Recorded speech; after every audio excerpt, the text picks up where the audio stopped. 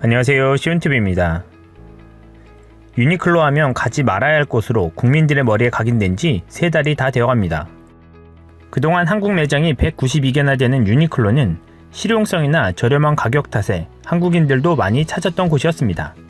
하지만 일본 불매운동의 불똥이 가장 먼저 옮겨 붙었던 곳이 유니클로였고, 일본의 부당한 수출 규제에 국민들은 너나 할 것 없이 애국하는 마음으로 우리 생활 속에 파고 들어와 있던 일본 브랜드를 국산으로 대체하기 시작했었습니다.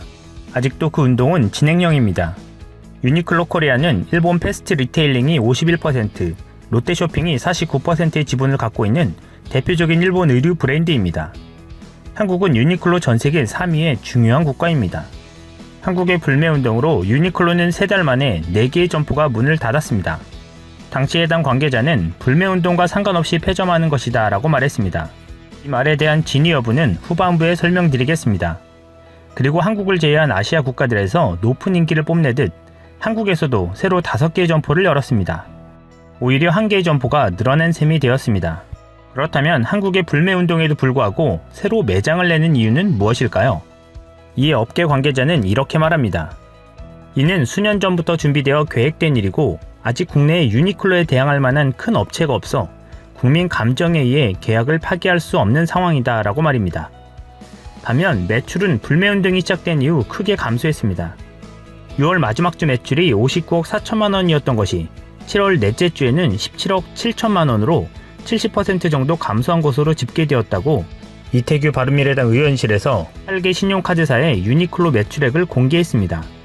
유니클로의 한국 매출은 전세계 유니클로 매출의 8%를 차지해 매년 1조 3,732억 원이나 됩니다.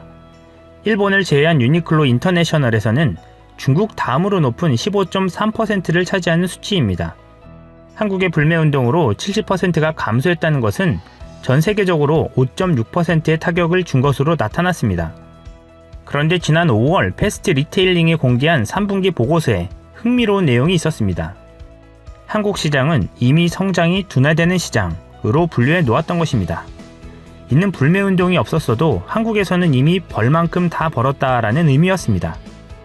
다시 말하면 유니클로 매장을 더 늘리지 않고 지역 곳곳의 매장을 새로 유입하고 빼는 형태로 반짝 치고 빠지기 효과를 누리겠다는 의미로 보입니다. 3개월 만에 4개의 매장을 접고 5개 매장을 새로 오픈한 것을 보면 현 상황에서 그들의 전략을 읽을 수 있습니다. 그리고 한국 시장에 대한 다음 계획을 발표합니다.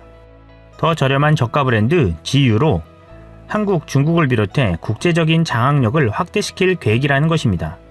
이를 증명이라도 하듯 지난해 9월 롯데월드몰의 1호점을 시작으로 불매운동이 한창이던 8월 말 용인 롯데몰 수지점에 2호점을 냈고 9월 초엔 서울 영등포 타임스퀘어에 3호점까지 개점한 상태입니다. 이들은 한국 시장을 다른 브랜드로 공략할 계획을 수행하고 있었던 것입니다. 한국인들의 불매운동을 비웃기라도 하든 말이죠. 안타까운 일은 아직 한국 사람들이 GU가 유니클로와의 자매 회사인 것을 모르는 사람들이 많다는 것입니다. 그래서였을까요? 올 추석에 유니클로는 썰렁했지만 GU엔 사람들이 몰려 일부 품목은 완판되었다고 합니다. 오픈빨과 40% 파격 할인 행사가 주요했던 것으로 보입니다. 이제 겨울이 다가오기에 미리 실용적이고 따뜻한 옷을 준비할 시점입니다. 주변에 많이 알려주셔서 제2의 유니클로인 GU로 그들의 전략에 말리지 않게 되기를 바라봅니다. 또한 불매운동이 얼마 못 갈 것이라 비아냥대던 그들에게 한국의 저력을 끝까지 보여줘야 하지 않을까요? 한국을 다시는 흔들어 보려는 시도도 할 수 없도록 말입니다. 이상 시온TV였습니다.